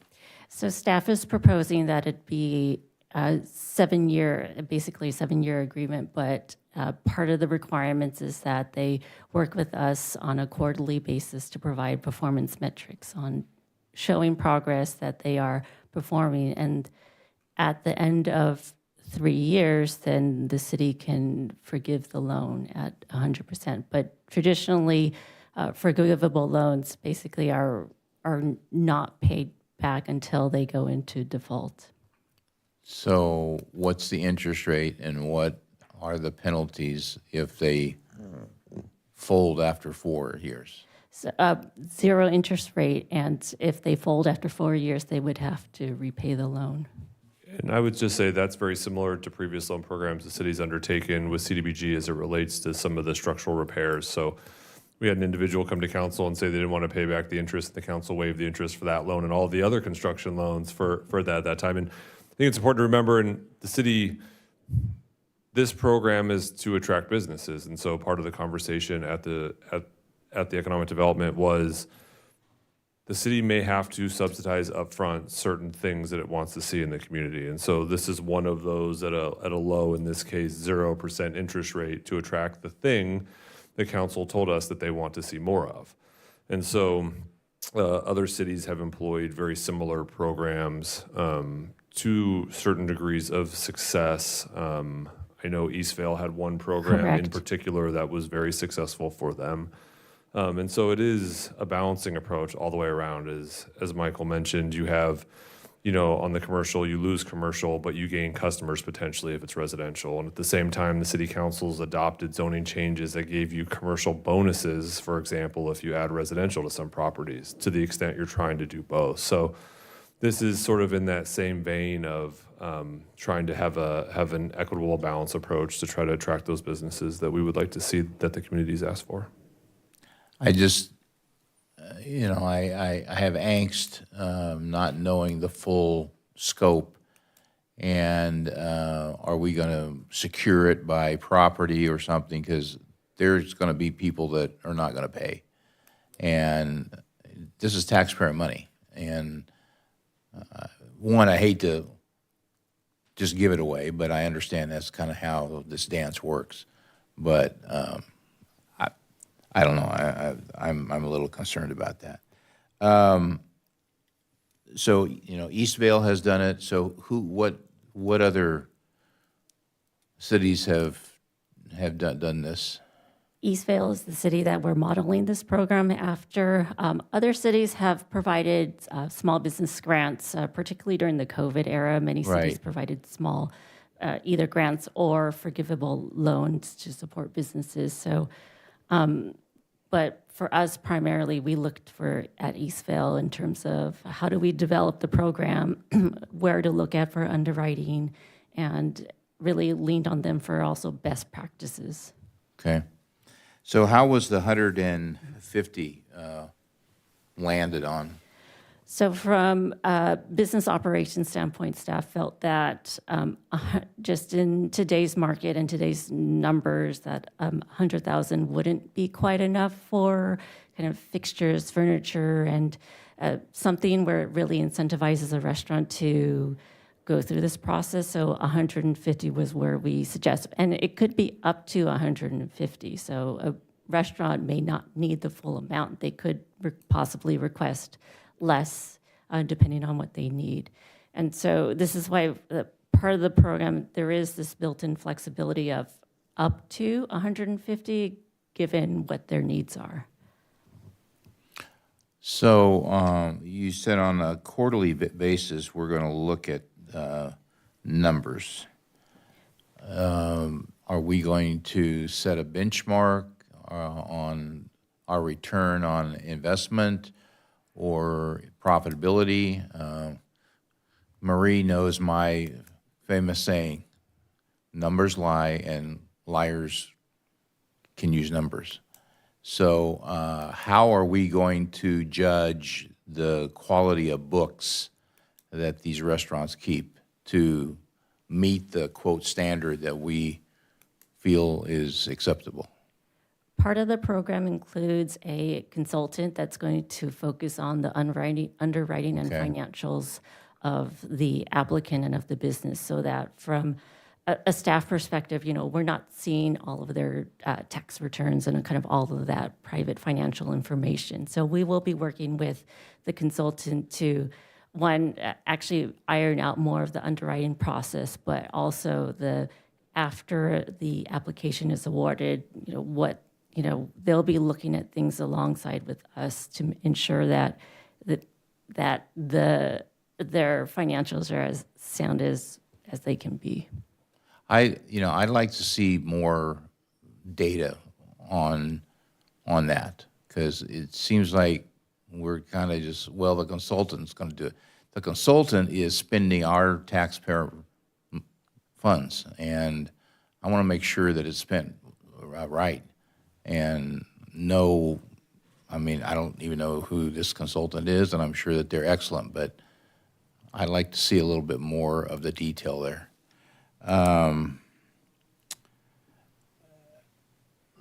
Let me talk about, I'd like to see, and maybe this is kind of a thought. Before this thing just launches, and I know that staff and chamber and maybe we should have some advisory group, because here's why. I would like the city to sit down with the owners of of these properties and the real estate folks and collaborate. We're talking about putting 150 grand in, and it can go for rent. And I would like to see some dialogue between the owners and us, because obviously the owners are going to set the rent. The real estate folks are just going to sell it, which is what they're supposed to do. But I'd like to see us collaborate with them more. And I'm wondering if you know, I think this whole thing's good, but I think there's, I'm just not sure that we have everything nailed down. And I think the owners need to be a part of this whole thing too, because some of the property can be higher or lower. And maybe they can be a participant and say, hey, your first year is half of the normal rate.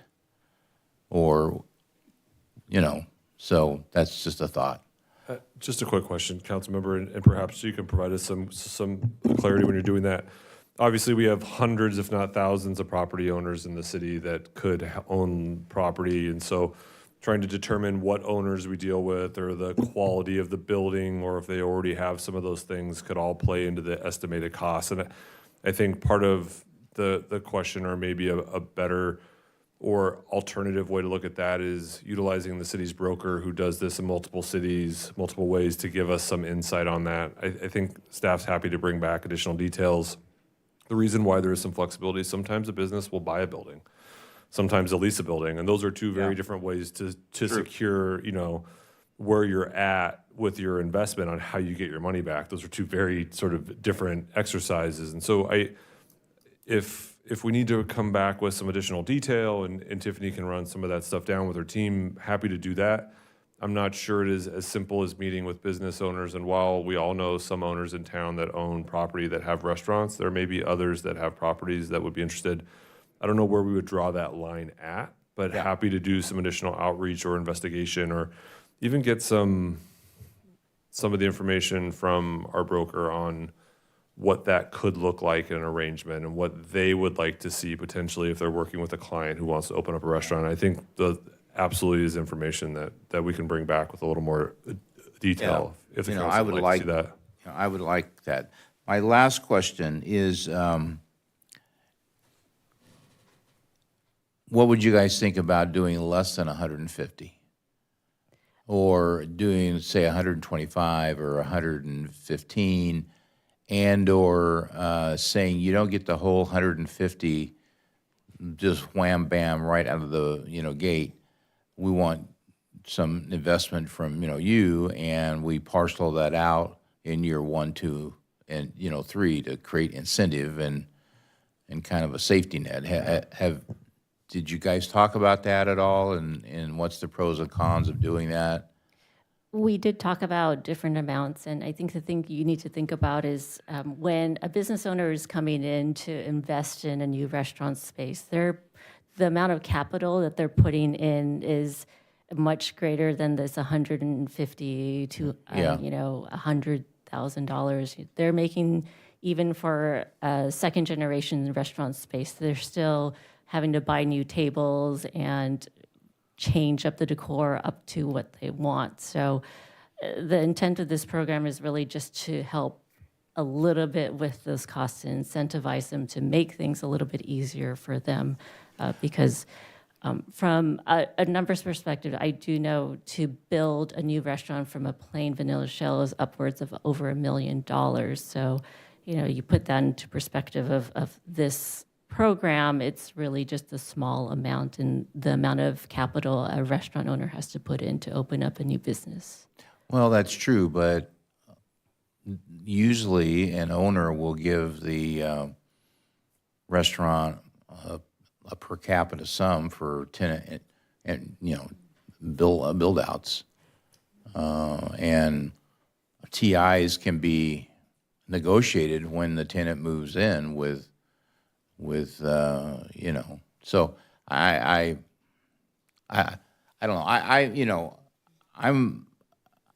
I'm going to support this, but I think we need to take another run at this, because I just have a lot of questions still about the details. Because remember, this is taxpayer funds, and I just, I want to be a good steward of that. And I am one, and I expressed to you today in briefing that we need a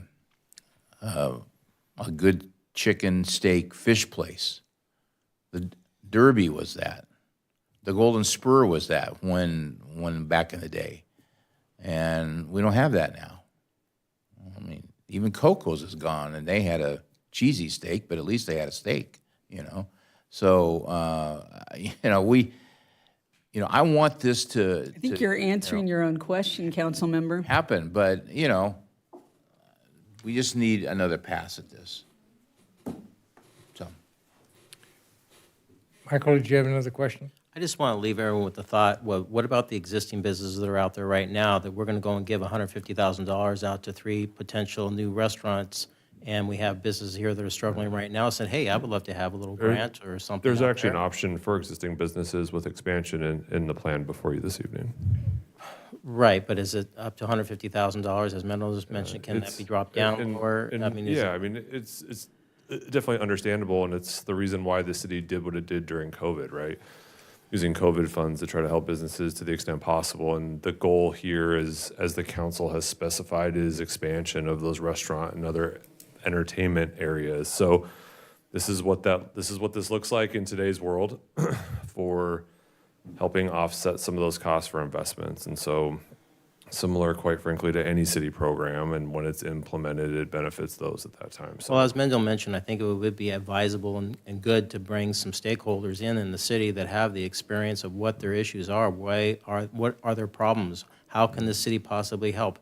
As you mentioned, over $1 million from scratch to open up a restaurant, that's spitting in a blast furnace. It's not going to really do a whole lot with the risk that they're going to have, and if they do go bankrupt, you're never going to get your money back. So I'm having a hard time with this whole equation. It doesn't make business sense. Okay. Thank you. Mr. Mayor? Please. At one point, well, go ahead, but I have another question as well. Go. Is there someone that can give some clarification? There's been a suggestion about the focus on housing versus more commercial. My understanding is that the housing is bringing the customers. Am I incorrect in thinking that? it's really Not twofold. all the customers, but at least some of the customers. It's a two-part piece, right? First of all, it depends on the type of eating establishment. We have a lot of places that are open for breakfast and closed for the rest of the day, right? So it's just a different endeavor.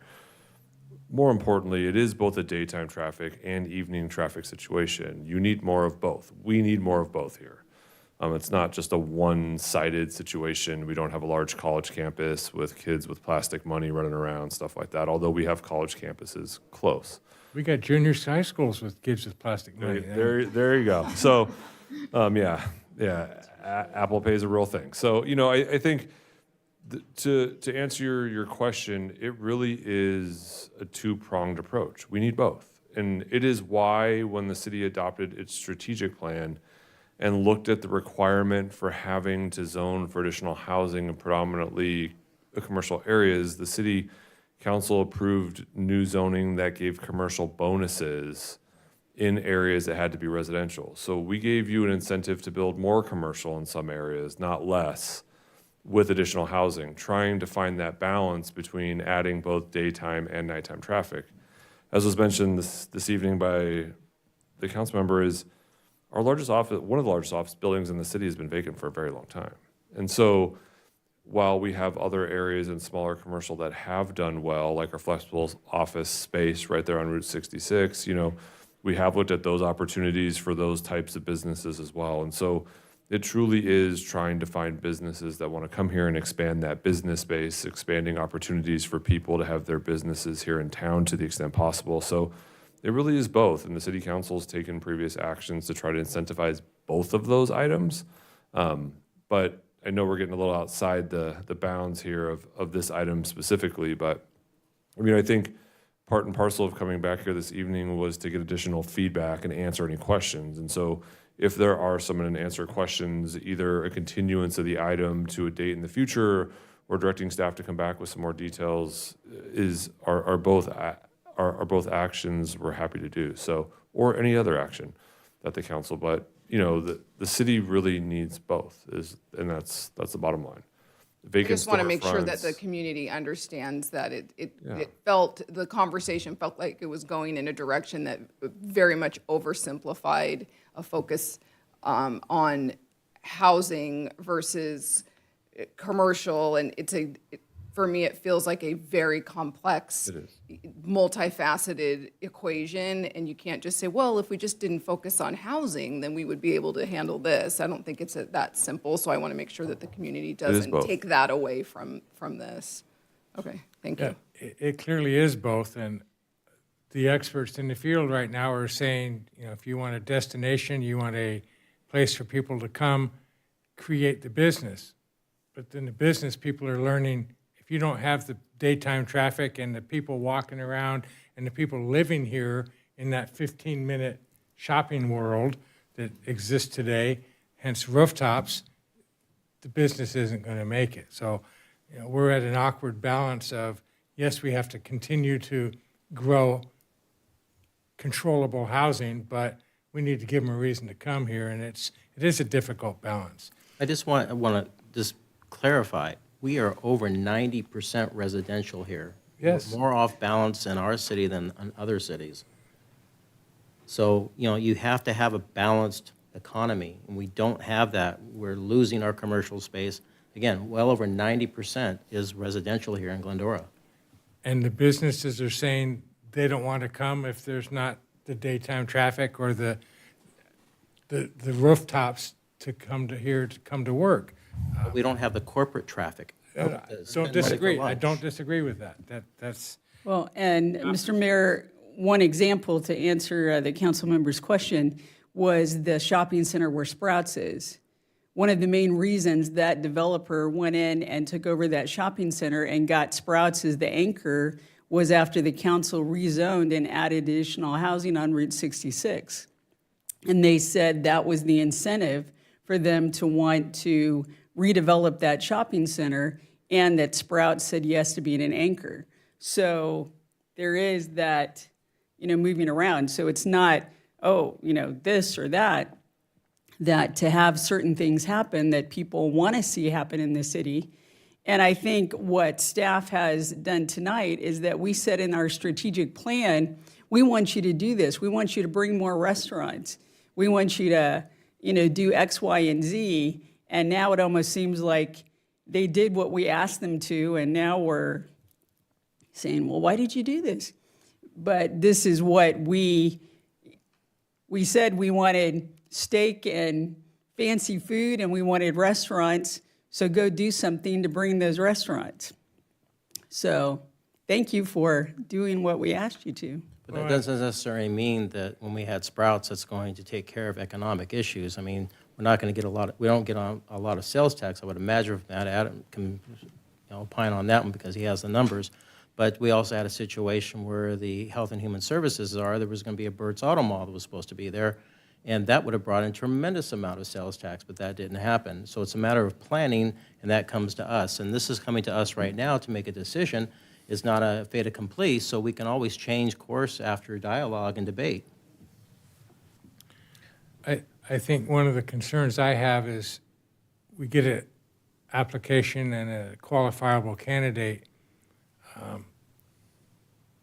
I'm looking for assurance that if they get entitled to this, that they'll actually complete it. Because we see so many things commit to but not finish it. That's a great question. It's sold many times or just not done and sits idle, and that's discouraging. So I would love to The goal would be to. Some for factor of that restaurants, is looked at.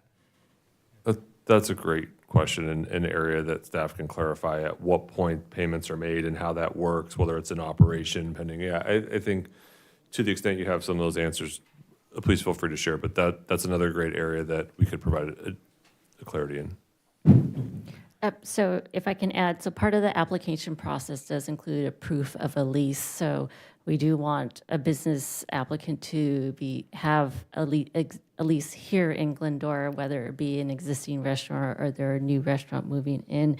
And then in addition to that, we'll want to see a business plan, site plan, proof of insurance, and any really supplemental information that will help the applicant through the process, because ultimately the process includes a review by city staff, not from community development department, from other departments, and also the Chamber of Commerce. And then ultimately the recommendation goes to city council. So council, you will make the final recommendation on whether or not the city wants to fund this potential restaurant. Okay, thank you. And I think it's also important to recognize that this does not exhaust our budgeted resource toward economic incentives. So to continue seeking those businesses and the daytime jobs, I'm not sure how we entice work to come here so people can stay and not export their work. That'd be a fun thing to figure out. Maybe we start citrus farming. We can also come back later with more specific terms for you to review regarding the loan and the terms of the actual agreement, not the loan itself and the agreement with the restaurateur for your final approval before any application is fully complete. Mr. Mayor, I want to move that we instruct staff to come back with more data, specifically in the matrix of what we see as success, terms of the loan, responding to what David said. And I don't know, I mean, I am for this and I want to see it done, but I just need more specifics to spend almost $500,000 of taxpayer money. Yeah. And so I don't know if you can do that by the 10th of next month or if you want to do it at the end of next month. But I mean, we can do it, but come back, let's say, and we can provide some examples of like restaurant A, restaurant B, restaurant C in the process, because as Tiffany mentioned, all of these, because they exceed $50,000, will come back to council for approval before a single dollar is issued. So you can, clarify all those things. Tiffany, is by the end of March okay? That's reasonable. Okay. If it would be okay with you, Councilmember. yeah, by the end of March. and not just me, I think any of us that have stuff that we want to kind of nail down. And the more people that you can get involved, some restaurateurs, some owners of some of the restaurants that we have uptown, real estate folks that maybe specialize in this, bring them in and, see if, we can get some buy-in from them. I mean, I'm for it, but I just need more meat, like on the bone. Tell us what we don't know. Tell us what they're going through, how we can help. Yeah, I'd love to learn some of the operators, the businesses, if they're not the landlord, they have a landlord, how much participation or cooperation is the landlord investing in trying to help their success for the business, the neighborhood? I'm hearing it very little. Not everybody is provided a... I would just say if that's the case, I think we're heading in a much different project. So that's a whole different endeavor altogether. And so happy to come back with something different on that front too, if that's the direction of the council. I just don't want to get too far afield from the item that is here this evening. But yeah, I mean, I think, the same thing with great bosses and great employers, right? I think there are great landowners and landlords and not so great landlords. And so, I think and beauty is in the eye of the beholder, right? So, you know, I think that conversation, and Tiffany and her team can do, you know, some additional research on that. I think that's a little bit different project than what we're here this evening, but happy to come back with anything that the council would like at a later date too. Could I add one more thing? So part of the strategic plan also includes convening an economic development working group. So part of these conversations could be integrated into that piece, so that we can stay focused on ironing out kind of more of I call it the logistics behind this program, the terms and the agreement piece. Would you like to have 2 council members on that working group? It is not a staff decision. Yeah, and I think, again, you're getting off topic. This is about this restaurant incentive program, and that's about a working group, which is a different item. So I say let's stay on topic with the restaurant incentive program, and the working group can be another discussion. Can we entertain a motion for perhaps a continuation? I would move that till, would you say the end of March? That'd be great. Yeah, to Yeah. seek some of the additional information to solidify it? Okay. Great. Well, thank you. Do we need to vote on that? You need a second. Do we have a second? I'll second. Okay. A second by Michael, and ask us to please vote. Okay, this says we're adopting the plan, but we're actually continuing the plan? No. We're just continuing. Continue it, yeah. Continue motion, there you go. Okay. Read the fine print. Ms. Sussman, are you okay with that? Because you're giving me. Yes, I'm we're good. Sensing a uncertain look there. Nope, we're good. Was the puck in or out or on the line? Thank you, Tiffany. Yeah. Okay, that concludes our agendized business. I'll bring it back for any member or closing comments. Any? No? Then I will, at 9:07, adjourn our meeting in memory of Sylvia Slakey, longtime resident and contributor to Glendora, and we wish her family well. Meeting is adjourned.